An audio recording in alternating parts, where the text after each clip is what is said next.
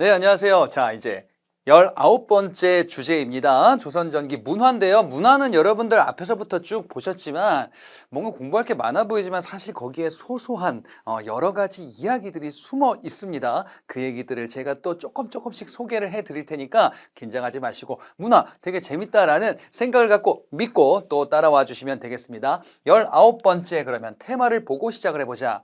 이름하여 범 내려온다. 범이 막 내려옵니다. 자, 범. 호랑인데요? 그래요? 어디에 내려왔나 보자. 우리나라 궁 중에서 좀 안타까운 역사를 가지고 있는 궁이 하나 있거든요. 바로 이제 창경궁이라는 궁이 있습니다. 자, 이 창경궁이라는 궁은 일제강점기 때 일본인들에 의해서 이거 동물원으로 바뀌어요. 그래서 이게 광복 이후에도 당분간 동물원으로 활용이 됐었거든요. 옛 어르신들 뭐 얘기하시는 분들 중에서 그런 얘기 좀 들어보신 분 있을지도 모르겠는데, 야, 옛날에 창경원이라는 동물원이 있었다. 바로 창경원이라는 동물원으로 바뀌었었던 창경궁이, 지금은 물론 아닙니다. 지금은 창경궁으로 다시 돌아가긴 했습니다. 자, 근데 여기에 이 호랑이가 있었어요. 동물원이다 보니까 호랑이들이 당연히 있겠죠. 아, 그래, 옛 궁에 호랑이가 있었구나. 호랑이를 비롯한 뭐 코끼리 여러 가지 동물들 막 있었겠지요. 그치? 그런데 여기서 한 사고가 벌어져요. 이 호랑이에 우리의 어떤 한 관람객이 손을 잘못 넣은 거예요. 그래가지고 이제 끔찍한 일이 벌어졌었던 일이 1970년대 있었대요. 그래서 이 호랑이는 어떻게 되었는가? 박제되었습니다. 아, 궁에서 이 호랑이가 사고를 치고 큰 일이 한번 있었구나. 근데 여기 동물원이었었구나. 아, 그래요. 궁에서 호랑이가 있는 거는 이때뿐이겠죠. 과연 그럴까요? 예전으로 돌아가 보자. 자, 지금 이 궁은요, 우리가 조선의 궁이다라고 하면은 가장 먼저 보통 대개는 떠올리는 경복궁입니다. 자, 조선의 대표 궁이고 우리나라의 상징적인 건축물들 중에 하나이죠. 예전에 1751년 한양의 경복궁에서 기록에 심상치 않은 게 나와요. 어떤 게 나오냐? 호랑이가 출연했어요. 호랑이가 출연했습니다. 야, 옛 그림에 호랑이들 보통 이렇게 그리죠. 아니, 궁에 호랑이가 왜 나옵니까? 궁에 호랑이가 출연한 게 한두 번이 아니에요. 근데 이 궁에 출연한 호랑이는요, 이렇게 생긴 호랑이도 있고 이렇게 생긴 호랑이도 있어요. 비슷한 듯 다른데? 자, 우리가 알고 있는 호랑이가 보통 이런 호랑이거든요. 이건 뭐냐? 옛날 사람들은 비슷한 건 줄 알았었어요. 뭐냐? 지금 기준으로 보면은 표범이에요. 궁의 세상에 호랑이뿐 아니라 표범까지 출연하는 거야. 이 두 가지를 다 그냥 범이라고 불렸었거든요. 범이라는 게 순수 우리말이에요. 호랑이가 한자고, 그건 뭐 들어보신 분 있을지 모르겠는데, 호랑이가 우리말 같고 범이 한자 같은데 아니야. 범이 우리말이고요. 호랑이가 한자예요. 근데 표범도 범에 들어가는 거예요. 그래. 근데 말이지, 궁에 왜 출연해? 경복궁이다라고 하면은 조선의 대표 궁궐이고 왕 있고 신하들 있고 막 이런 곳이어야 하는데 무슨 일이 있었을까? 1592년 임진왜란이 벌어집니다. 예. 요 얘기는 뒷단에서 뭐 이런저런 전쟁 얘기가 당연히 나올 겁니다. 임진왜란이 발발했을 때 수도 한양을 버리고 왕이 피난을 갑니다. 예, 일본인들에 의해서 이 궁이 함락돼요. 그리고 이 경복궁은 소실됩니다. 불탄 거예요. 그러면 복원을 해야죠. 이후에 복원할 때까지 거의 한 300여 년 정도 지나서 복원을 해요. 그러면 200년 넘게 300년 가까이 여기는 뭐냐? 수도인데, 수도 한복판인데 거의 폐허로 방치되어 있었어요. 우리나라가 어떤 나라입니까? 호랑이가 많은 나라예요. 호랑이들이 당시 조선시대 최대 도시 한가운데 뭐야, 여기 폐허가 됐어. 그래서 여기서 뭐야, 쉬고 예, 거의 뭐 동물원처럼 됐었던 거예요. 아, 이 호랑이 형님들 이렇게 많았구나. 그죠? 심지어 경복궁, 폐허가 됐었던 경복궁에도 많았구나. 그래서 재미난 기록들이 남아있는데 나중에 이제 막 서양인들 왔을 때 서양인들이 얘기들을 들어요. 조선 수도에 호랑이들 많아서 호랑이 잡아달라고 하는 이런 요청들이 막 나와. 근데 보니까 호랑이뿐 아니라 아니 뭐야 여기 표범도 있는데 세상에 수도에 호랑이도 있고 표범도 있고 야 정말 위험했었던 이런 시절이었었네요. 그렇죠? 지금 뭐 상상도 할 수 없는 이런 일이긴 하지만 당시에 이런 일이 있었구나. 그래요. 좋던 싫던 간에 우리의 상징이 되었네요. 그래 바로 한국의 상징은 범. 근데 사실 여기에 표범도 있었네. 그렇구나. 경복궁에서도 살았던 그들의 소소한 스토리 그리고 궁과 관련한 이야기가 우리를 기다리고 있을 겁니다. 자 그러면 문화편 얘기들 하나둘씩 또 이야기를 해보도록 하겠습니다. 자 조선 전기 때 여러 가지 문화 사업들 서적들이 많이 나오게 될 거예요. 서적들을 편찬한다라는 거는 당시의 여러 가지의 문물들 당시의 지식들 이런 것들을 모아서 정리하고 문화를 발전시키고 이를 계승하겠다라는 이런 문화 사업이에요. 자, 이 문화 사업에 여러 가지가 있는데 첫 번째 주제입니다. 역사를 정리하는 역사서 편찬입니다. 우리나라의 역대 모든 기록물 중에서 다들 가치가 있는데 그 중에서 가장 1티어로 하나 뽑는다라고 하면은 바로 이거예요. 조선 왕조실록입니다. 조선 왕조실록은 조선시대 역사를 조선시대 때 편찬하는 거거든요. 조선시대 때 편찬하는데 한 왕이 죽으면 그 왕의 업적들을 모아가지고 실록으로 편찬을 합니다. 세종께서 돌아가셨다. 그러면은 세종 때 이야기들을 쭉 모아가지고 세종실록을 만드는 거예요. 성종이 돌아가셨다. 그러면 성종실록을 만드는 거예요. 그렇게 역대 왕들의 행적들 이런 것들을 쭉 모아서 편찬하는데 이게 양도 방대하지만 역사적인 가치가 아주 높아서 유엔 산하기구 유네스코 세계 기록유산으로 등재되어 있기도 한 인류의 기록유산이에요. 자, 이 조선 왕조실록은요. 조선 1대왕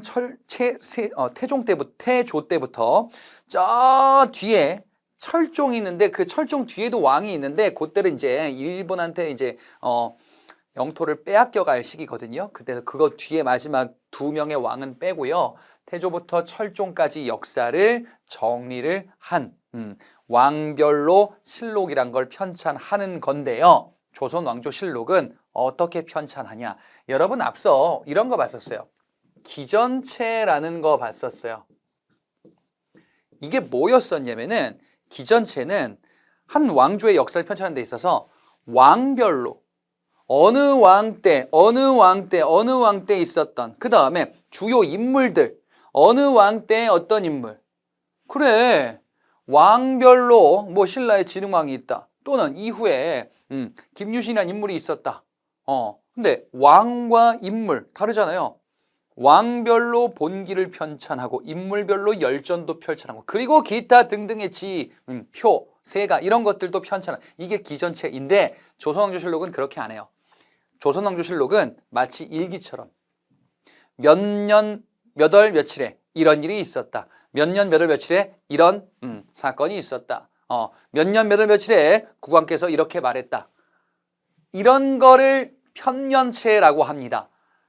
몇 년 몇 월 며칠 시간순별로 마치 일기처럼 쓰는 거예요. 이게 조선왕조실록의 형식이다라고 볼 수 있습니다. 자, 그러면 제가 처음에 그런 얘기 했었어요. 왕이 죽은 다음에 그 왕이 있었던 당시에 살아있을 때 있었던 행적들을 쭉 모아서 편찬하는데 예를 들어 한 왕이 한 30년 통치하다가 죽었어요. 30년 전의 일부터 기억을 해야 되잖아. 기억이 안 나겠죠, 세세하게. 그래서 왕이 살아있을 때 계속 기록을 하고 있어요. 나중에 죽으면 모아서 편찬하겠다. 여러분 조선시대의 왕 행복했을까? 행복한 왕도 있겠죠. 근데 조금 부정적으로 보잖아요. 조선시대 왕 굉장히 힘들고 피곤하고 스트레스를 많이 받는 직책이에요. 일단 앞에서 말씀드렸던 것처럼 조선시대 왕은 원칙적으로는 신하들과 토의하고 수업 듣는 경연이란 걸 매일매일 해야 돼요. 그리고 산더미같이 올라오는 상소문들 그 다음에 대신들 툭하면 아니되옵니다. 스트레스 받아. 그런데 또 하나 문제가 있어요. 뭐가 있냐? 왕이 뭔가의 말을 하거나 뭔가의 행동을 하면은 그 옆에서 따라다니면서 적어 계속. 네. 거의 특별할 때 빼고는 거의 따라다니면서 적는 이 관리를 사관이라고 해요. 뭘 적냐? 왕의 거의 모든 걸 적는 거야. 전하께서 이렇게 말했다. 전하께서 노하셨다. 전하께서 웃었다. 쓰는 거야. 기뻐했다. 그러면서 쓰면서 전하의 이런 조치는 잘못된 것 같다. 자신의 생각도 넣어요. 그럼 왕이 내가 뭐 하는데 옆에서 따라다니는 것도 거슬린데 그 친구가 뭔가를 계속 쓰고 있어. 안 좋은 거 쓰면 어떻게 신경 쓰이죠. 그게 역사의 기록에 남을 수도 있거든요. 남을 거예요. 보려고 하면은 안 보여줘요. 왕이 볼 수가 없는 게 원칙이에요. 예, 국왕 열람 금지야. 그러니까 거의 뭐 이거 뭐 사생활 까놓고 하는 것과 다름이 없죠. 그렇게 기록한 게 바로 사초라는 겁니다. 사초라는 것을 왕이 살아있을 때 계속 기록을 해요. 사관이 기록하는 거예요. 이 사초라는 걸 기록을 하죠. 그러면은 왕이 뭐 하는지가 거의 대부분 나오죠. 그리고 그 왕 때 관청별로의 문서들이 있어요. 관청별로 막 일하고 있는 그 관련된 중요한 문서들 있죠. 그거 모은 걸 시정기라 그래요. 그리고 기타 등등의 문서들. 승정원 일기는 왕 비서기구인 승정원의 업무일지 같은 거예요. 그러면 이런 것들 모으면 왕 30년 동안에 있었던 일들 거의 대부분을 기록을 해놨으니까 알 수 있겠죠. 그래, 근데 이거 정리가 안 됐어. 그래서 왕이 죽으면 이런 것들 모아가지고 이거는 넣자, 이거는 빼자, 이거는 줄이자 해가지고 기록물을 만들어낸 게 왕별 실록이에요. 세종께서 돌아가셨다 그러면 세종 때 있었던 수십 년간의 일들 이런 거 모아가지고 이제 세종실록을 편찬하는 겁니다.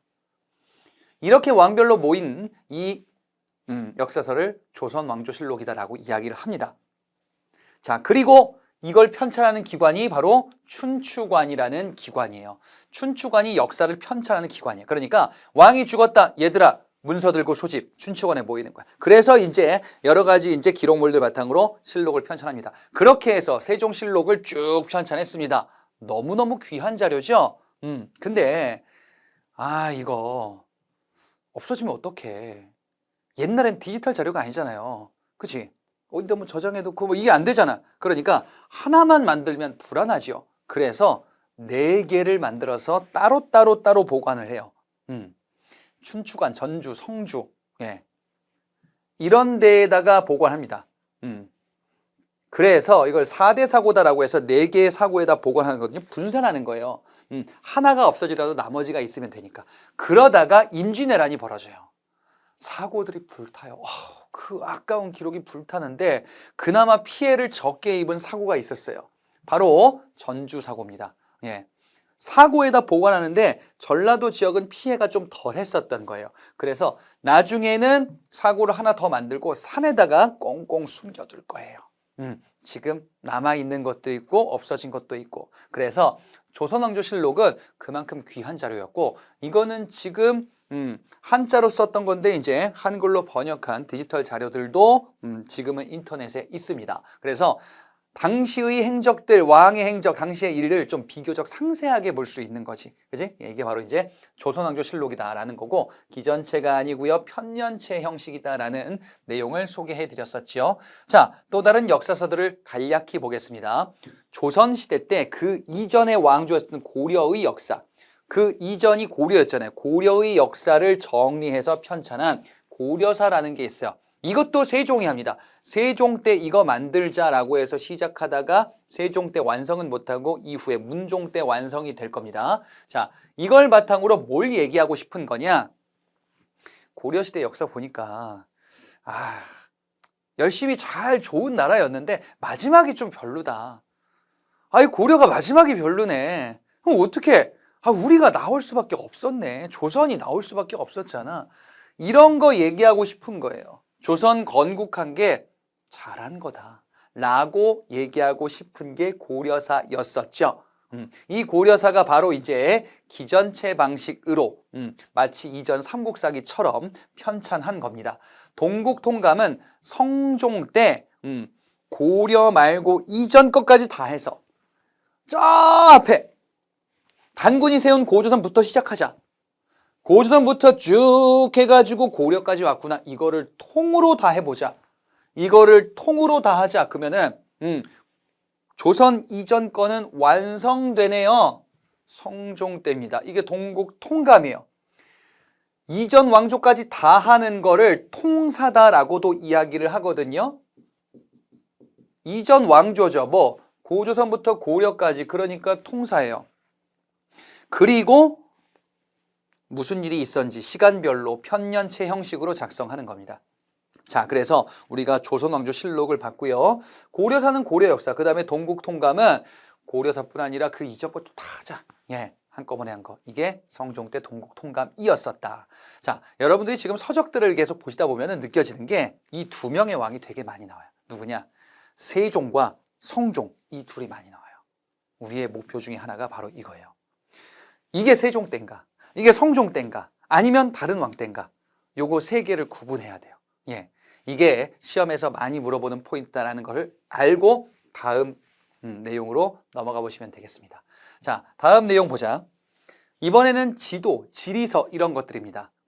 지도와 지리서를 편찬하는 이유는 일단 우리나라가 어떻게 생겼는지 알아야지 통치할 때 도움이 되겠죠.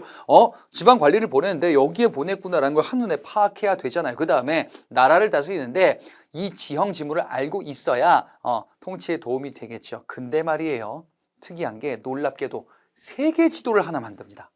세계 지도는 우리가 전 세계를 탐험한 건 아니에요. 당시에 알려진 지도에다가 우리나라 거를 덧붙인 거야. 조선 초기에. 그래서 이 전 세계가 이렇게 있는데 우리가 이렇게 있구나라는 것을 초반부에 알려주고 싶은 거야. 이건 태종 이방원 때 만든 세계지로서 혼일강리 역대 국도지도라는 세계지도도 있었습니다.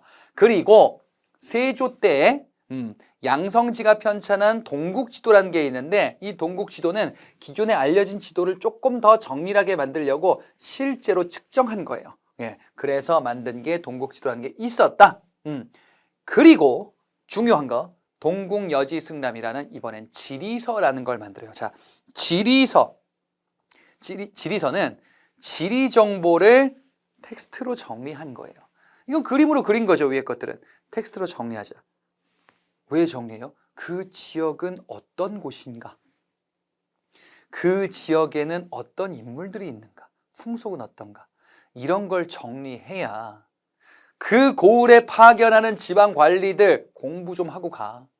그래야 지방을 통치하는 게 어느 정도 완성될 수 있지 않겠어? 성종 때요. 동국여지승람은요, 지리서입니다. 성종 때 편찬한 지리서, 성종 기억하셔야 돼요. 그래서 각 고을의 지리 등등등등 이런 것들을 정보를 모아서 지리 정보를 만들고, 요건 나중에 중종 때 증보판이 만들어져요. 신증 동국여지승람이라는 걸로 이제 증보하게 된다. 동국여지승람이라는 지리서, 성종 때였습니다. 다음에 윤리서와 의례서를 보도록 할게요. 이건 뭐냐면요, 자, 윤리서는 유교 윤리를 보급하고 싶은 당시 지배층의 마음을 정리한 거예요. 조선이란 국가는 불교 국가? 아니야. 우리는 유교 국가야. 성리학 국가야. 그래서 어떻게 살아야 돼? 백성들아, 부처님 가르침보다 공자님과 맹자님, 주자님의 말씀을 바탕으로 살아라. 그게 조선이다. 너희들 조선의 백성들은 그렇게 살아야 해. 라는 걸 가르치고 싶은 거예요. 좀 구체적으로 얘기해 주세요. 신하라면 임금에 대해서 충성하는 마음으로 살아야 해. 그런 행실을 잘 가꾸고 발전시켜야 돼. 모범이 되는 신하들의 예를 소개해 주마. 봐라. 백성들아, 부모를 잘 공경하고 섬겨야 돼. 효도해야 돼. 그게 자식의 도리야. 백성들아, 그림을 봐라. 이런 사례가 있더라. 여성들아, 남편을 섬겨야 돼. 그게 여성의 책무다. 라고 그 당시엔 얘기한 거예요. 그래서 그림으로도 그리는 거야. 충신, 효자, 연려라고 하거든요. 이 셋의 롤 모델을 제시하는 거야, 백성들한테. 그림으로 그려주는 거야. 알아먹기 쉽게끔. 그래, 신하는 임금에게 충성해야 돼. 그리고 자식은 부모에게 효도해야 돼. 그 다음에 부인은 지아비를 섬겨야 돼 라는 당시 유교 덕목들을 강조하면서 이런 생활의 윤리를 바탕으로 너희들 살아야 해. 책을 만든 게 삼강 행실도예요. 삼강, 충신, 효자, 연려. 행적을 뭐야? 삼강 행실 도가 그림이란 뜻이거든요. 그림으로도 설명한 거예요. 그래, 세종 때요 이게. 세종 때 삼강 행신도를 만든 이유는 유교 윤리를 백성들에게 보급하고 싶은 윤리서예요. 의례서를 볼게요. 의례서는 뭐냐면요. 예를 들어 혼례. 이게 뭐야? 결혼. 응? 또는 제례, 제사 지내는 거. 생활 속에서 의식을 하잖아요. 그렇잖아요. 결혼할 거야? 뭐 결혼하면은 뭐 혼인신고하면 끝이에요? 아니잖아. 어느 정도 룰이 있잖아요. 이건 뭐 시대마다 다르겠지만 그렇잖아요. 뭐 이제 뭐 부모님들한테 뭐 상견례도 하고 그리고 이제 뭐 그 예식장 잡고 그리고 이제 뭐 그 하객들은 어떻게 대우하고 막 이런 거 있잖아요. 이때도 이런 게 있었다. 근데 이거를 유교에서 얘기하는 방식대로 하고 싶은 거예요. 그래서 민간에게 보급하고 싶은데 국가가 먼저 뭔가를 원칙을 마련해야죠. 그렇지? 국가의 의례, 국가에서도 정부에서도 중앙정부에서도 왕이 혼인할 수 있고 세자가 혼인할 수 있잖아요. 죽었을 때 그 다음에 어떻게 해야 돼요? 뭐 제사 어떻게 지내는지 상을 어떻게 치를 건지 또는 외국에 사신이 왔을 때 어떻게 해야 되는지 외국 사신 왔어? 안녕 밥 먹자 이렇게 안 할 거 아니에요. 예, 어떻게 대우를 하고 하는지 그 의식들이 있어요. 이거를 다섯 개의 의례를 정리한 거예요. 예, 5개의 의례, 길례, 가례, 빌례, 굴례, 흉례 이렇게 얘기하는데 이게 그런 거예요. 뭐 혼례라든지 아니면은 상을 치를 때, 제사를 지낼 때, 뭐 외국 사신 들어올 때 아니면 군사 행진할 때 이런 것들의 5개의 의례라고 하거든요. 이걸 정리한 거예요. 이렇게 하면 국가께 완성되겠죠. 성종 때 만든 겁니다. 그래서 세종 때 윤리서, 성종 때 의례서 이렇게 각각 만들었다라는 것을 알아두시기 바랍니다. 그리고 이 성종 때 말이에요. 우리의 옛날에 있었던 글들을 쭉 모을 겁니다. 문학 글들을 선정해서 모아요. 그래, 그러면 우리나라에 이렇게 좋은 글들이 있었구나. 야, 중국 말고 이건 중국에서 나오는 글이 아니라 우리나라에서 나오는 되게 좋은 글이다. 이거 봐라. 이 중국과 다르지 않냐? 굉장히 좋은 글이 많지 않냐? 성종 때 이런저런 글들을 모은 겁니다. 이건 문학집이에요. 모아서 완성시켰네. 성종입니다. 세종과 성종을 계속 구분하셔야 돼요. 보기에서 나누어서 물어볼 겁니다. 자, 많은 서적들을 만들었는데 여기서 끝일까? 다음 주제는 과학기술입니다. 자, 과학기술로서 천문학, 역법, 지금으로 친다라고 하면은 뭐 물리학, 천문학 이런 게 되겠죠? 자, 천상열차 분야지도는 별자리 지도입니다. 아니, 별자리를 왜 봅니까? 이거 제가 예전에 어렸을 때까지는 아니고, 예, 좀, 한 대학생 때였던 것 같은데, 그때 이제 어떤 친구와, 그때 이제 교제하던 친구가 있었어요. 예.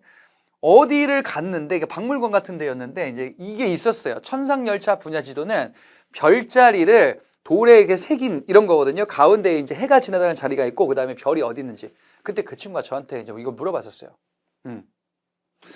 오빠 옛날 사람들은 별자리 지도를 왜 그려? 할 일이 되게 없었나 보다. 관심이 많았나? 별을 좋아했나 봐.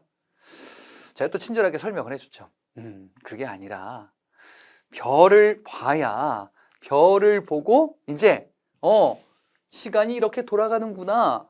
언제 씨를 뿌려야 되는구나. 농업을 어떻게 해야 되는구나. 계절과 절기를 파악할 수 있기 때문이지. 그리고 또 하나가 있습니다. 별의 움직임 천체를 안다. 천체의 움직임을 안다라는 거는 내가 하늘과 연결됐기 때문에 우리 조상님들이 계신 곳이 지금 이렇게 움직이고 있는 거야 라는 걸 뭔가 얘기하고 싶은 거예요. 그래, 여러분도 그렇게 한번 설명해 주시면 돼요. 천상열차 분야지도는요, 천문도예요. 태조 이성계 건국 직후에 이거 만든 겁니다. 그래, 우리가 하늘과 연결되어 있다라는 걸 뭔가 얘기하고 싶었겠죠. 그 다음에 과학기구들 되게 많거든요. 혼천의 가니 천체 관측기구고 지금으로 치면은 그 천문망원경 뭐 이런 거예요. 자경로 앙부일구 이거는 시계죠. 물시계, 해시계 이런 겁니다. 치국이, 강우량, 비가 얼마나 왔는지 측정하고 기록을 남기는 그것과 관련된 도구들. 자, 이런 것들 전부 다 세종대. 세종대 과학기구들을 많이 만듭니다. 상당수 과학기구들이 누구와 관련 있냐? 아, 세종대, 세종이 그토록 아꼈었던, 솜씨가 좋았었던 과학자 바로 장영실인데 이 사람은 노비 출신이다 라고도 알려져 있죠. 그래, 장영실과 관련되어 있는 것들이 많이 있구나. 그리고 세종 때 만든 과학기구들은 여러분들 10,000원짜리 뒤에 보시면은 이런저런 거 나와 있습니다. 그래, 세종 때 과학에 대한 관심이 많았구나. 그래, 우리 세종께서는요 또 하나의 근심 걱정이 있었어요. 천체의 움직임이 어떻게 가는지, 그래, 별자리 지도를 그렸다 치자. 근데 그게 어디로 어떻게 어느 시점에 움직이는지를 알아야 진짜 천문에 우리가 지식이 있다라고 말할 수 있지 않냐. 이런 것들을 정리하면 달력이 되는 거예요. 1년 단위 어떻게 돌아가는지, 그지? 계절과 절기를 파악할 수 있는 거지. 그런데 말이에요, 이런 달력 같은 경우는 우리가 직접 만들지 않았고 중국에서 만든 것을 우리가 그거를 그대로 썼었어요. 중국의 달력, 역법이라고 합니다. 중국의 역법을 썼던 거예요. 근데 이러다 보니까 문제가 있어요. 조금 달라요. 중국 베이징의 지구의 위치와 우리나라 서울의 위치가 다르잖아요. 그렇지?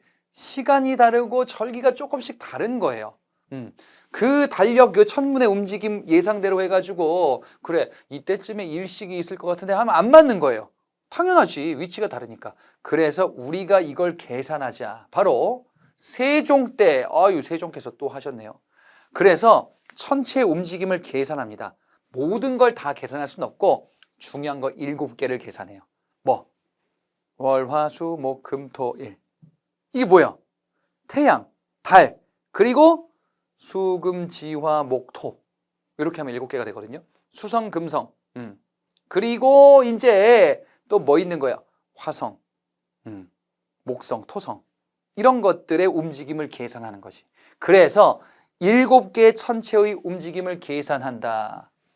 세븐이에요. 계산한다.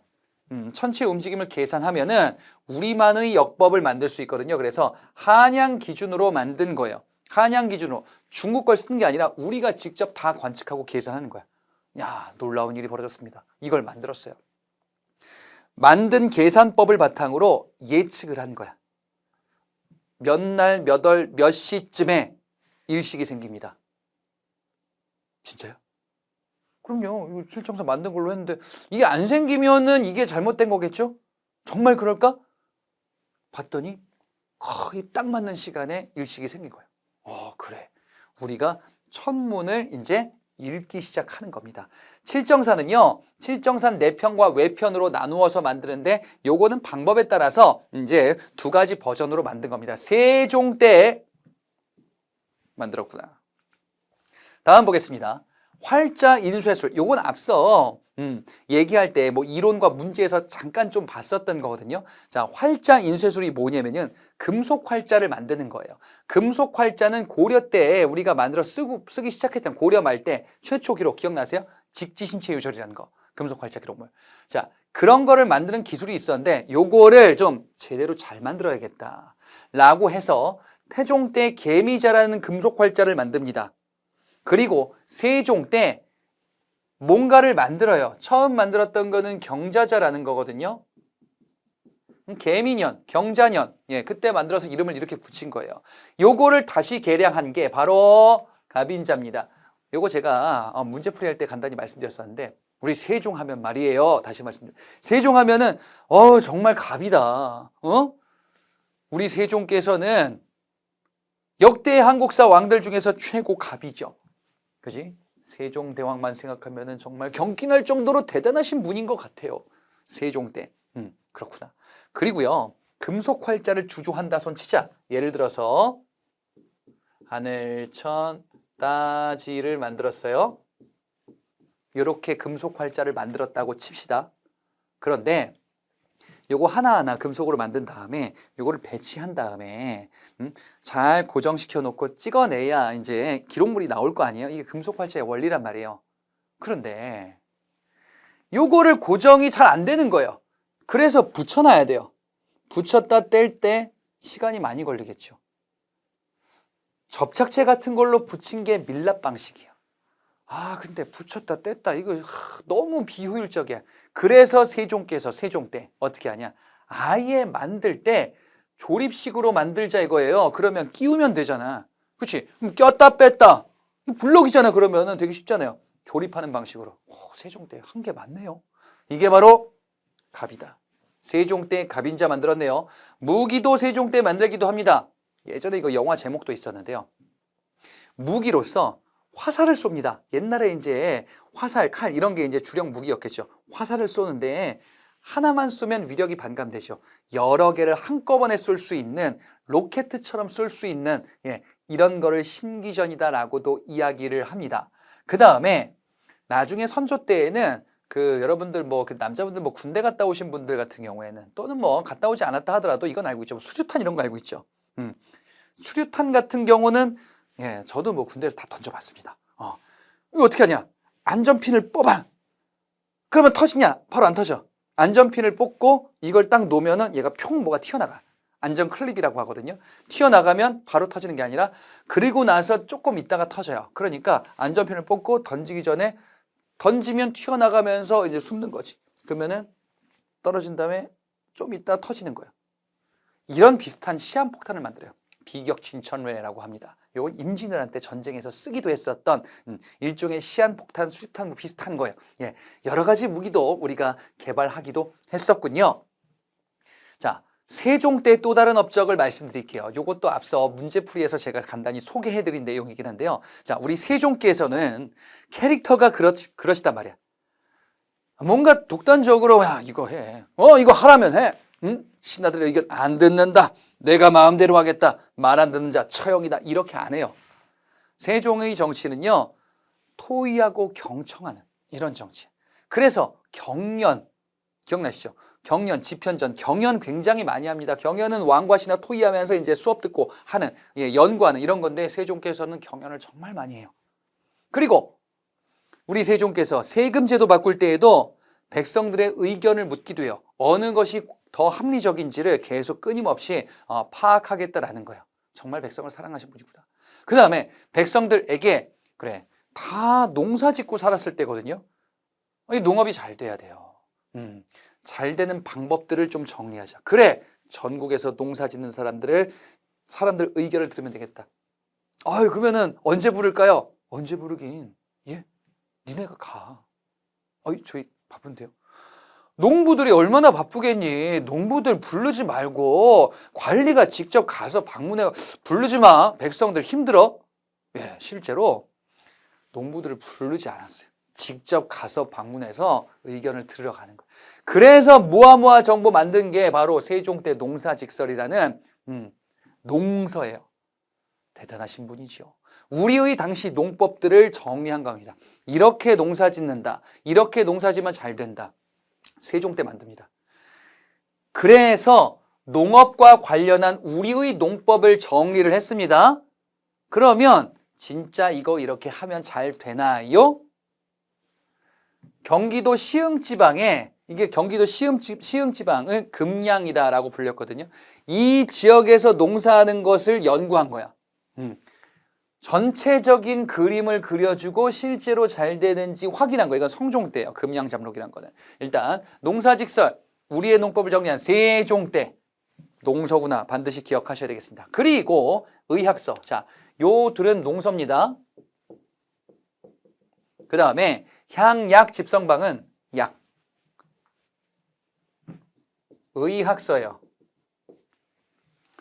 향약집성방은 약재들을 정리한 거예요. 약재들.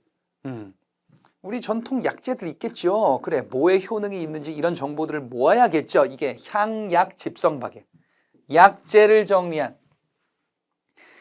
이거를 소개한 다음에 각종 의술 정보들을 또다시 정리하거든요. 이것도 세종 때인데 여기다 하나만 더 보충해 두시면은 의방유취라는 의학 백과사전을 세종 때 또 편찬합니다. 이게 바로 이제 의학서들이에요. 그치? 자, 그래서 세종 때 또 이것들을 정리하셨네요. 세종과 성종 잘 구분하셔야 됩니다. 계속. 다음 보자. 건축물들 볼게요. 드디어 궁궐이 나옵니다. 자, 조선의 궁궐이 여러 개가 있습니다. 조선의 궁궐로서 일단 가장 중요한 궁이 바로 경복궁입니다. 자, 이 경복궁은 조선의 궁궐 보통 5개를 얘기하거든요. 경복궁, 창덕궁, 창경궁. 그리고 지금 이제 덕수궁이라고 불리는 궁도 있고 경희궁이라고 불리는 궁도 있어요. 이게 보통 5개를 얘기하는데 그 중에서 가장 대장이 되는 궁이 바로 경복궁입니다. 가장 대장이 되는 궁, 이거를 두 글자로 정궁 또는 법궁이라고 해요. 가장 대표가 되는 궁이고 가장 중요한 행사 이런 것들을 경복궁에서 하는 건데 이게 사실 원래 이거 제일 처음에 만든 거예요. 태조 이성계가 조선을 건국하죠. 그죠? 처음에 건국은 옛 고려 왕조 수도였었던 개경에서 해요. 근데 태조 이성계가 건국했는데 아니 그 이전 나라 고려 아유 좀 새 거 만들자. 새 도시 만들어가지고 새 궁궐 만들어서 거기를 도읍으로 하고 싶어. 좋은데 알아봐라고 해서 이제 어디를 알아본 거냐? 지금의 서울 쪽. 지금의 서울. 옛날의 수도 서울 한양은 지금으로 치면은 사대문 아니라고 하는데 서울의 중구, 종로구 여기 일대예요. 예. 요쪽에 터를 잡고 이제 궁궐을 처음 만든 게 경복궁이에요. 자, 이 경복궁은 궁궐들 중에서 북쪽에 있어서 북궐이다라고 하거든요. 이게 가장 대표궁이고 여러분들 경복궁 가보신 분들 많을 거야. 경복궁을 가면은 무슨 느낌이 나냐면요. 어우, 되게 쫙쫙 뻗어 있다. 널찍널찍하다. 이런 느낌이 들거든요. 근데 약간 그 관공서 느낌이 좀 강해요. 경복궁은 쫙 직선으로 뻗어 있어요. 정문인 광화문부터 쭉 계속 올라가는데 직선으로 쭉쭉 뻗어 있고, 뭔가 이게 평지에다가 쫙 뻗어 놓은, 이런 관공서 타운 느낌이 좀 강해요. 이게 경복궁이에요. 근데 말이에요. 이 경복궁에 문제가 생깁니다. 무슨 문제가 생기냐? 궁중에 피바람이 불었어요. 왕자의 난이 벌어진 거예요. 왕자의 난 뭐야? 이방원이 주도해서 정도전을 죽이고 그 다음에 이제 형제를 죽이기 시작하는 그 난이죠. 1차 왕자의 난, 2차 왕자의 난 이렇게 갔었죠. 왕자의 난이 벌어지자 궁궐, 도읍을 어디로 바꾸냐? 개경으로 바꿔요. 이방원이 왕이 되기 조금 전이에요. 옛날 고려 왕조로 돌아가요. 그래서 원래 한양이었었다가 조선의 도읍지가 처음에는 개경에서 출발했다가 한양으로 천도해서 경복궁을 만든 거잖아요. 태조 이성계 때. 그치? 근데 왕자의 난을 계기로 다시 개경으로 가요. 그랬다가 이거 고려 왕조의 수도잖아. 다시 한양으로 가자. 이게 이방원이 왕이 됐을 때, 태종이 왕이 됐을 때거든요. 자, 근데 한양으로 가면 어디 궁으로 가야 돼? 경복궁으로 가야죠. 그치? 경복궁으로 갈까 했는데 이 태종 보니까 좀 그래. 뭐가 그래요? 거기서 막 그 형제들 죽이고 그랬잖아요. 왕자의 난. 이방원이 생각하기에 경복궁만 하면 좀 가슴이 좀 아무리 그래도 나도 사람인데 형들 죽이고 했었던 거 좀 그래. 그리고 이 경복궁은 태조 이성계 때 만들었으니까 누가 주도했겠어요? 정도전이 주도했겠지. 정도전은 내가 안 좋아해. 새로운 거 만들고 싶어. 그래서 만든 게 태종 때 만든 거예요. 창덕궁이에요. 창덕궁은 가보시면 아시겠지만 경복궁이랑 느낌이 좀 달라요. 경복궁은 그늘이 별로 없어요. 왜? 그냥 평지에다 쫙쫙 뻗어서 만든 관공서 타운이거든. 근데 창덕궁은 약간 뭔가 좀 정원 같은 데들도 좀 있고 그 다음에 이게 약간 좀 양반의 집인지 사찰인지 하는 뭔가 자연의 냄새가 물씬 풍기고 이렇게 막 직선으로만 가지 않아요. 이렇게 굽이굽이 가기도 하고 뭔가 여기 있으면 좀 힐링된다라는 느낌이 좀 있는 궁이거든요. 이걸 태종 때 만든 거예요. 태종이 그래서 이거 지어가지고 제2의 궁으로 활용하기 시작하는데 여기가 너무 좋은 거예요. 경복궁만 가면은 마음이 턱턱 막히고 창덕궁만 있으면은 너무 힐링되고 기분도 좋아. 예. 그래서 창덕궁을 많이 쓰기 시작하면서 경복궁, 창덕궁 이렇게 두 가지로 가다가 이제 또 다른 궁들도 막 만들기 시작해요. 그러다가 임진왜란이 터져서 다 불탄 거예요. 그 중에 뭐만 다시 재건했냐? 창덕궁을 비롯한 다른 궁들은 다시금 복구를 했는데 경복궁을 아까 본 것처럼 호랑이 나올 때까지 이거 복구를 안 하다가 나중에 복구한 거예요. 예, 이렇게 됐었던 게 바로 궁과 관련한 이야기였었다. 그 다음에 여러분들 그런 얘기 많이 들어보셨죠? 전하, 종묘사직은 어찌하시고 종묘사직을 지키셔야 하옵니다. 전하. 이런 얘기 많이 들어보셨죠? 종묘사직이 뭐야 대체? 자, 종묘사직은 종묘와 사직을 의미하거든요. 종묘와 사직단 요 두 가지예요. 한 왕조가 있다라고 할 때 무엇을 중심으로 결집할 거냐라는 거야. 조금 어려운 말일 수도 있는데 예를 들어서 대한민국을 상징하는 중심은 뭡니까? 라고 한다면 글쎄요. 여러 가지가 있겠지만 누구도 부정할 수 없는 가치가 있어요. 바로 민주주의예요. 그렇죠. 전 민주주의를 싫어합니다. 그래? 그럼 북한을 가야 돼. 그렇잖아요. 네. 민주주의는 현대에서 부정할 수 없는 가치죠. 조선도 있겠죠. 조선도 누구도 부정할 수 없는 가치가 바로 유교 가치예요. 유교 가치, 유교의 스승들을 섬기면서 우리의 조상들을 섬긴다. 그러면 왕실 입장에서는 왕실, 역대 왕조들, 선대 왕들을 섬겨야겠죠. 선대 왕들을 섬기는 그 사당이 바로 종묘예요. 네. 역대 왕들의 신주, 팻말들을 쭉 해놓고서 거기에서 이제 이들을 제사 지내는 이 사당이 종묘고요. 사직단은 뭐냐면은 우리 잘 먹고 잘 살게 해주세요. 이런 거야. 지금으로 치자면 뭘까요? 지금으로 치면은 자본주의예요. 그렇지? 돈이면 다 되잖아요. 아닌데요? 돈으로 다 안 되는데요? 돈이 많으면 되는 것들이 많아. 그렇잖아요. 그게 자본주의의 원리잖아요. 이때도 잘 먹고 잘 살고 싶겠죠. 이때는 농사 지을 때요. 농사를 짓는데 농업의 신에게 제사를 지내면서 우리 농사 풍년되게 해주세요 라고 그렇게 하는 그 제사단을 제단을 바로 사직단이다라고 이야기를 합니다. 그러니까 종묘사직은 당시에 역대 왕들 우리를 잘 보살펴 주세요. 유교를 잘 발전시키고 나라를 잘 운영하겠습니다. 우리를 잘 보살펴 주세요. 이거고 사직단 우리 백성들 굶주리지 않고 풍년으로 잘 먹고 잘 살게 해주세요. 이거예요. 이게 종묘사직이에요. 그렇지? 그래서 종묘라는 게 있구나. 자, 그래서 주요 건축물들 이런 것들이 있겠습니다. 자, 다음의 건축물들 보도록 하겠습니다. 합천의 해인사 장경판전은요 고려시대 때 만들어진 팔만대장경 있죠. 팔만대장경 요거는 고려시대 때 강화도에서 만든 거야. 무신집권기 때 이거 만들었었다라고 했었지. 요거를 강화도에서 당연히 보관하고 있었거든요. 목판 8만 개 쭉 만든 거잖아요. 이걸 보관하고 있었는데 조선 태조 때 요거를 이전해서 합천 해인사 쪽으로 이전해서 여기에서 보관하게 될 겁니다.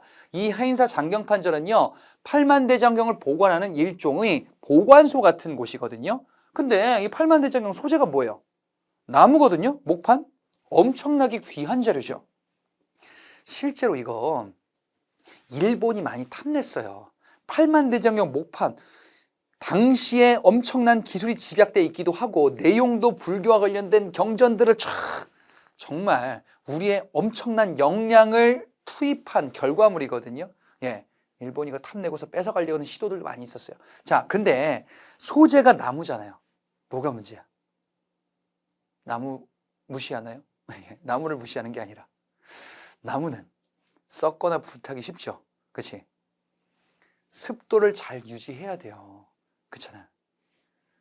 이 건축물도 설계를 잘못하면은 이거 금방 곰팡이 써서 이렇게 될 수 있어요. 이 건축물 자체가 굉장히 과학적으로 설계가 된 거예요. 그래서 유네스코 건축물로서 문화유산이라는 걸로 지정이 돼 있어요. 이것도 내용은 기록유산, 요거는 문화유산. 그래서 둘 다 중요한 유네스코가 그래 이거는 인류 차원에서 보존해야 된다라고 지정된 이런 문화유산이 조선 초 때 요 건축물을 만들었구나. 자, 그 다음에 정말 중요한 게 하나 있습니다. 탑을 하나 만드는데, 불교 탑을 만드는데요. 세조 때 만듭니다. 세조는 조선시대 왕들 중에서 드물게 불교에 관심이 좀 많았었던 왕이에요. 조선은 유교 국가인데 세조 같은 경우는 불교를 중시하기도 했었던 인물이거든요. 이 사람이 불탑을 만들고 싶은 거예요. 탑. 이전에 불교 탑 같은 거 만들고 싶은 거야. 근데 이 사람이 보기에 이 탑이 정말 멋졌나 봐. 바로 고려의 경천사지 10층 석탑. 이게 정말로 멋졌나 봐요. 자, 이거 여러분들 고려시대 원나라의 영향을 받은 탑으로서 대리석으로도 만들었다라는 거 봤었죠. 이거 비슷한 거를 거의 본따서 만듭니다. 원각사지 10층 석탑이란 건데요. 한번 볼까요? 나와라! 원각사지 10층 석탑은 이렇게 생겼는데 이거 고려시대 경천사지 10층 석탑이랑 거의 비슷하게 생겼어요. 여러분 경천사지 10층 석탑 뭐였어요 이거? 이게 뭐 일본으로 뭐 뺏어갔다가 다시 돌아와가지고 경복궁에 전시되어 있다가 거기에 이제 박물관으로 실내로 옮겼다 그랬던 그 탑이에요. 예, 그것과 거의 비슷하게 생긴 원각사지 10층 석탑을 만들게 됩니다. 조선시대 때 세조 때 만든 거예요. 똑같이 만들었다. 자, 다음에 그림과 예술. 그림으로서 요건 이제 그림을 보면서 말씀드리면 되는데요. 자, 안견이라는 사람은요. 도화서라는 관청이 있어요. 조선시대 때. 도화서라는 관청은 그림 그리는 그 관공서거든요. 궁중에 여러 가지 행사가 있잖아요. 그러면 지금이야 뭐 비디오 기록물도 있고 영상 기록물 아니면 사진 기록물 남겨야 되는데 옛날엔 그런 게 없잖아요. 그러니까 그리는 거거든요. 그 그림 그리는 그 공무원들을 화원이다라고 이야기를 해요. 안견이 당시에 그림 그리는 공무원이었었거든요. 그런데 어느 날 세종의 아들이었던 왕자가 이야기를 하는 거야. 안견아, 나 꿈 꿨어. 무슨 꿈이요? 귀신 꿈 꿨어요? 아니, 그런 거 아니고 좋은 꿈 꿨어. 무슨 꿈 꾸셨는데요? 되게 막 아름답고 이상적인 신선이 있는 곳 같은 그런 곳에 이상세계의 그 모습이 펼쳐지는 꿈을 꾸었어. 정말요? 기분이 어떠셨어요? 환상적이었어. 그렇군요.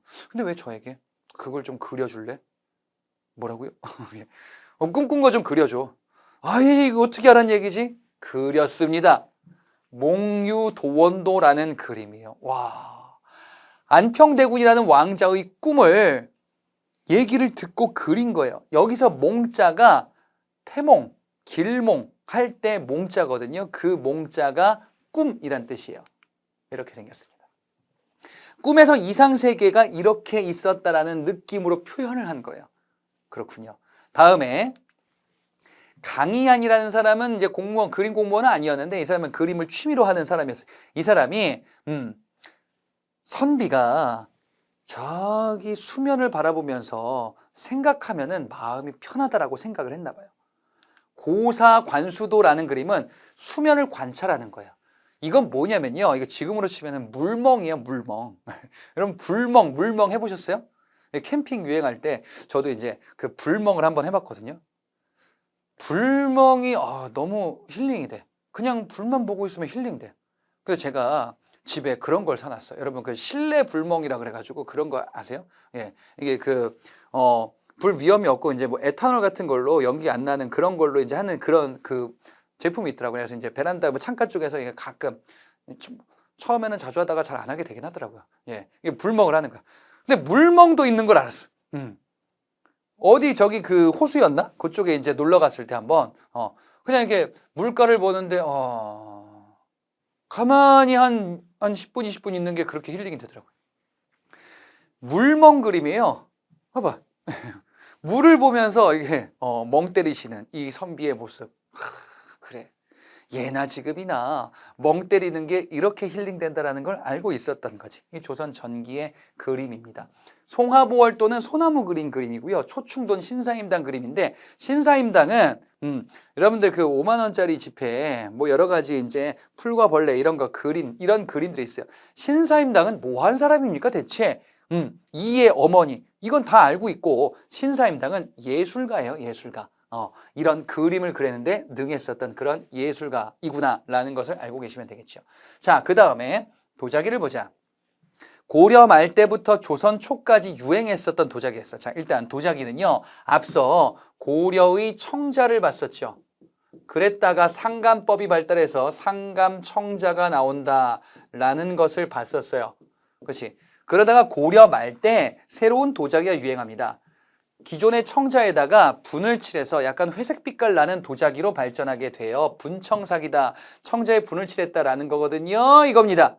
예, 약간 청자 같은데 색깔이 조금 다른 듯한 이런 도자기죠. 이게 조선 초기에 유행했다가 이제 조선하면 뭐예요? 백자입니다. 하얀색의 순수한 색깔, 하얀 걸 좋아하는 이런 사람들이 이제 이런 거를 발전시키고 유행하기 시작했나 봅니다. 조선의 백자, 그래서 고려의 청자라면 조선은 백자, 빛깔이 깨끗한 하얀색의 도자기가 유행을 하게 되는 거죠. 자, 음악도 정리를 해보자. 여기서 음악이다라고 하면 주로 이제 궁중 음악이에요. 궁에서 쓰는 음악이에요. 아니, 궁에서 뭐 파티할 때 씁니까? 의식을 할 때 음악을 써요. 예를 들어서 굉장히 중요한 뭐 혼례가 있다라고 했을 때, 혼례가 있을 때, 지금도 음악 있잖아. 이때도 음악 있다. 궁에서 쓰는 여러 가지 음악들 등등을 정리하는 노력도 필요하겠지요. 음악 이론서 성종 때 완성합니다. 악학괴범 음악. 성종 때 이것을 또 완성하셨구나. 자, 그래서 조선시대 문화에서는 여러분들이 이제 지금 여러분 공부하셨던 것처럼 서적들이 많이 나오죠. 서적들이 많이 나오는데 근데 세종과 성종을 구분하는 연습을 먼저 하시면서 다른 내용들을 채워나가시길 당부를 드립니다. 자, 이론 여기까지 하고요. 문제풀이 좀 이따 보도록 하겠습니다. 네, 여러분 또 반갑습니다. 자, 조선 전기 문화편 이론 내용들을 보셨고요. 자, 문제, 여러분들 위한 문제가 네 문제 준비되어 있습니다. 자, 문제 보면서 우리 배운 내용들 어떤 식으로 자, 문제에서 확인해 볼 수 있는지 보도록 하겠습니다. 1번입니다. 밑줄 그은 이 역사서에 대한 설명으로 옳은 것을 골라보자. 자, 이 역사서가 여기에 있는데요. 자, 이게 뭔가 한번 보자. 대개 이미 지나간 나라의 흑막은 장래 교훈이 된다. 무슨 얘기인지 아직 모르겠습니다. 그래서 쭉 넘어가세요. 모르겠으면은 글은 그냥 넘어가는 겁니다. 여러분이 알 법한 내용이 나올 때까지 무슨 얘기인지 모르겠어 하고 쭉 가세요. 그냥 뭐 사마천의 사기 뭐 들어보신 분도 있을 수도 있고 몰라도 됩니다. 그리고 쭉 보니까 본기, 세가 이런 내용들이 나오거든요. 여러분 본기라는 표현은 저 앞에 고려시대 때 역사서 김부식의 삼국사기에서도 봤었던 내용이거든요. 자, 요거는 약간은 조금 심한 내용이긴 한데 자, 기전체다 라고 불리는 이 형식과 관련이 있다라고도 볼 수 있어요. 자, 요 내용을 모른다 하더라도 뒤에 단서가 있습니다. 이 기전체는 역사 서술 방식으로서 본기, 세가, 지, 열전, 표, 자, 이런 여러 가지의 틀을 바탕으로 소개되어 있는 이런 역사 서술 방식이다라고 이야기를 하지요. 본격적인 내용은 여기 있습니다. 가짜 왕인 신씨들 신우와 신창을 세가에 넣지 않고 열전으로 내린 것은 이라는 표현이 나와 있어요. 자, 신우와 신창. 아니, 가만히 있자. 가짜 왕이 있어? 신씨들이야? 요 얘기는 고려 말대로 가야 돼요. 고려 말 때 공민왕이 있었죠. 고려 말 때 여러분이 공부했었던 개혁군주 공민왕이 있고 그리고 그 다음에 우왕, 창왕, 그리고 공양왕. 우리가 알아야 되는 중요한 왕은 공민왕이지요. 예, 그리고 공민왕의 개혁이 좌절된 이후에 여차저차 해가지고 조선이 건국되었다. 여차저차의 그 내용이 뭐였었냐면은 신진사대부가 이성계를 중심으로 하는 신흥무인 세력과 결탁했다. 그래서 고려 왕실을 무너뜨리고 새로운 조선이라는 국가를 만들게 되었다. 자, 요 내용을 여러분이 보셨어요. 이 이성계가 봤을 때 이 고려 왕실은 썩었다. 그래서 고려 왕실의 잘못된 부분을 부각시키기 위해서 나왔었던 게 바로 뭐냐면요. 가짜 왕이다. 가짜 왕을 패하고 진짜를 세워야 된다. 이건 이제 패가 입진이다 라고 이야기를 해요. 왜 가짜 왕이냐? 공민왕 당시에 큰 권력을 행사했었던 여러분 신돈이라고 기억하시죠? 예, 이 신돈이 전민 변정도감을 만들기도 했었다라고 했었는데 이 신돈의 아들이다 이 사람들이 어머나 세상에 공민왕의 아들이 아니고 신돈의 아들이었었다. 그렇기 때문에 이 사람들은 고려 왕실 왕씨가 아니다. 신씨다 신돈의 아들이다라고 이야기를 한 거예요. 자, 그러면 요게 여러분들 앞서 배웠었던 내용과 무슨 관계가 있습니까?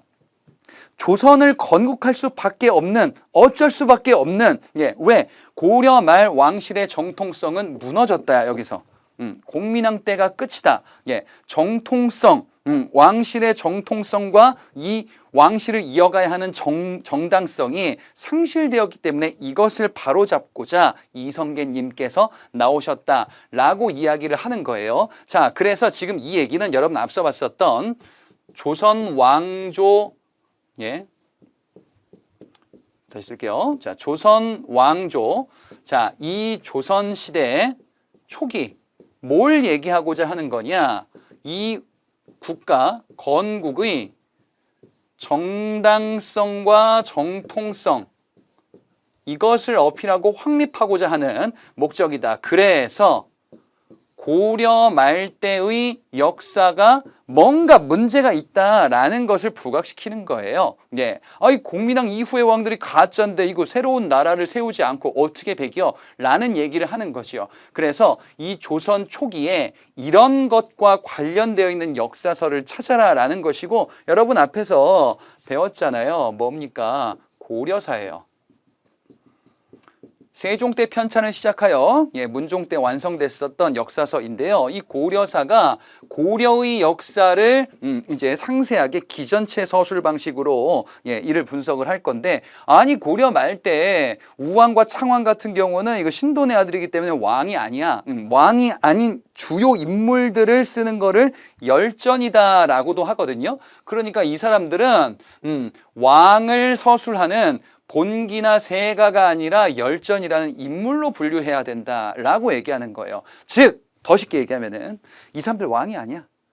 왕이 아니야. 그냥 일반인이야. 가짜야. 라는 이런 폐가입진의 논리를 실어서 고려 말의 역사를 까내린다라고 볼 수가 있겠지요. 자, 그래서 이와 관련한 고려사 얘기를 먼저 고르신다면 5번에 있습니다. 조선 건국을 정당화하기 위해서 고려 말을 폄하하는 이런 당시의 역사관이 반영되어 있다. 조선 초기 고려사에 해당하는 내용입니다. 나머지를 볼게요. 1번은 아직 안 배웠습니다. 발해사를 우리 역사로 체계화하였다. 자, 조선 후기에 나오는 유득공의 발해고라는 역사서예요. 요거는 조선 후기 편에서 다시 나옵니다. 2번에 고구려 건국 시조의 일대기, 고구려 건국 시조, 시조는 누굽니까? 주몽이지요.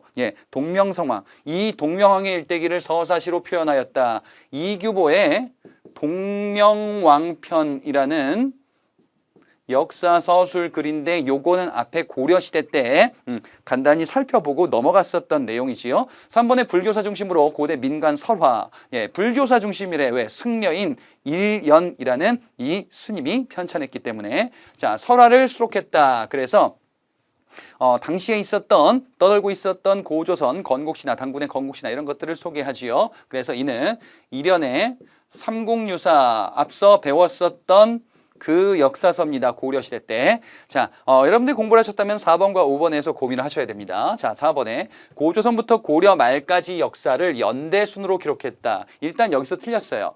연대순으로 기록하는 거는 요거는 편년체 서술 방식이거든요. 근데 연대순 말고도 왕인지 인물인지 여러 당시의 제도, 당시의 모습 이런 것도 아주 종합적으로 한 거는 기전체란 말이에요.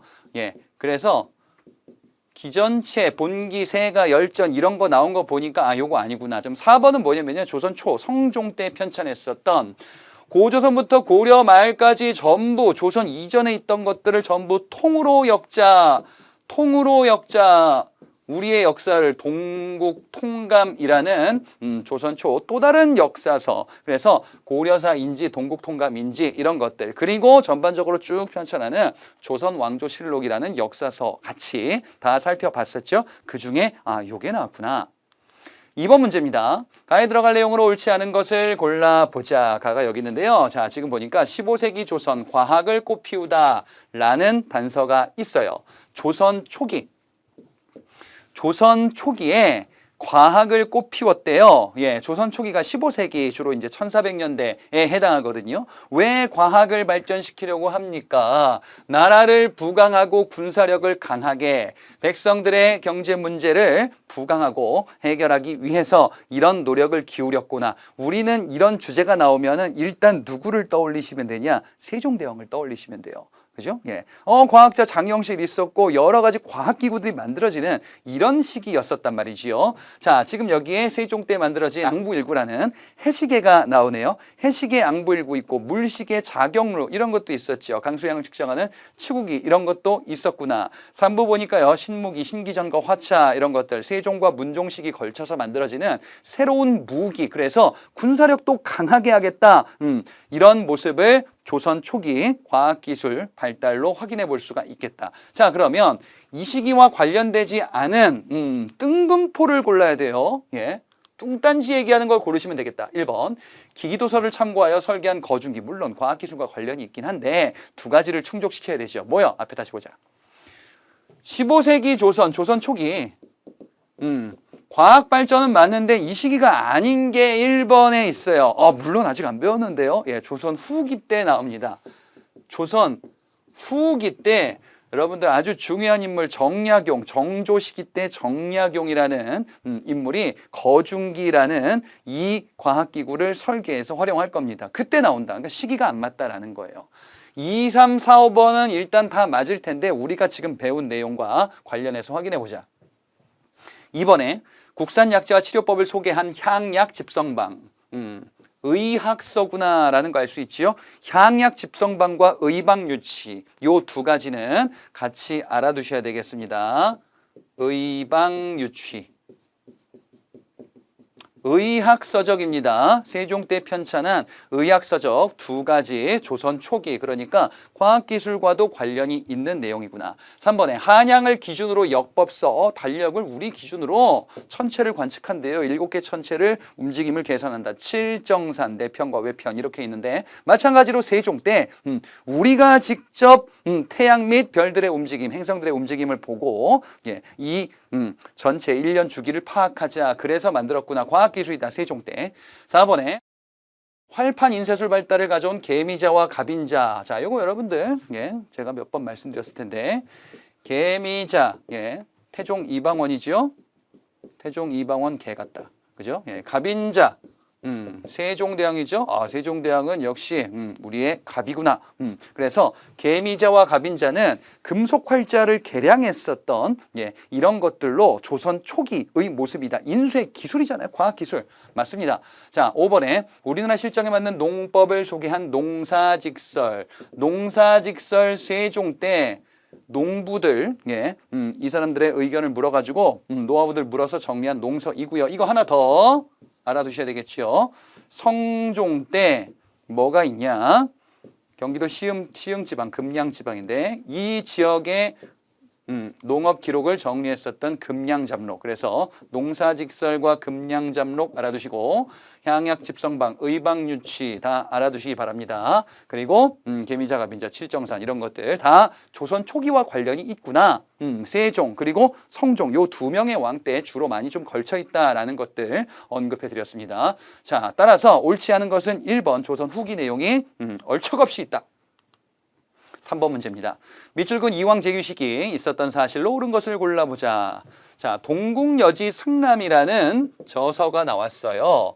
보니까 지금 무슨 뭐 팔도지리죠. 지리와 관련한 지리서구나라는 걸 알 수 있겠죠. 기존에 있던 거 이런 것들을 좀 더 보완 편찬했나 봅니다. 그리고 각 지역의 지도 지리 이런 것들. 그래서 이후에는 동국여지 승람을 새롭게 증보한 신증 동국여지 승람이라는 게 있대. 어찌되었건 동국여지 승람이 조선 초기 지리서인데 어느 왕이냐 이거야.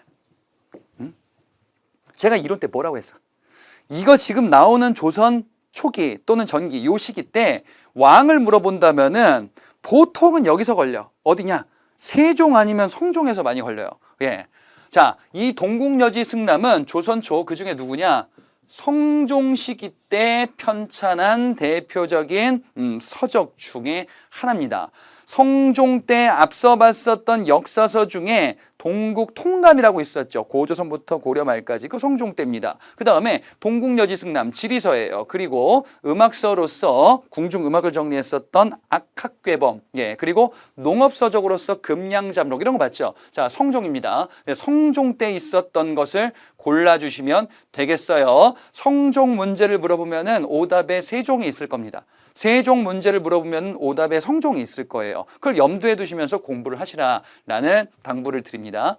자, 1번에 보시면요. 동의보감이라는 의학서 나오는데요. 요거 이제 조선 중기에서 후기로 넘어갈 때 광해군 시기 때 편찬하는 서적으로 뒤에서 나오게 될 겁니다. 2번에 동국문헌비고, 요것도 조선 후기예요.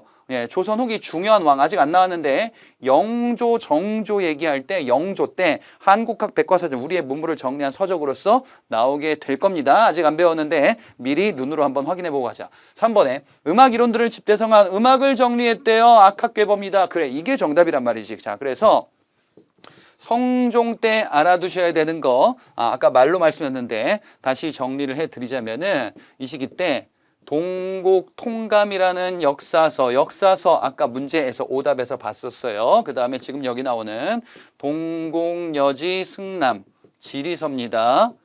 그리고 농업서적으로서 금량잡록이 있어요. 농업서적 경기도 시흥지방 농법 정리했다. 그리고 성종 때 지금 여기 나오는 악학괴범이 있습니다. 자, 기본적으로 이 정도들을 파악하고 가시기 바랍니다. 4번에 혼일강리 역대 국도지도가 만들어졌다. 세계 지도로 우리가 앞서 봤었죠. 혼일강리 역대 국도지도, 조선 초기에 만들어진 세계 지도, 당시에 있었던 지도에다가 우리의 지도를 붙였다. 그래서 세계 지도가 되었구나. 요거는 태종 때입니다.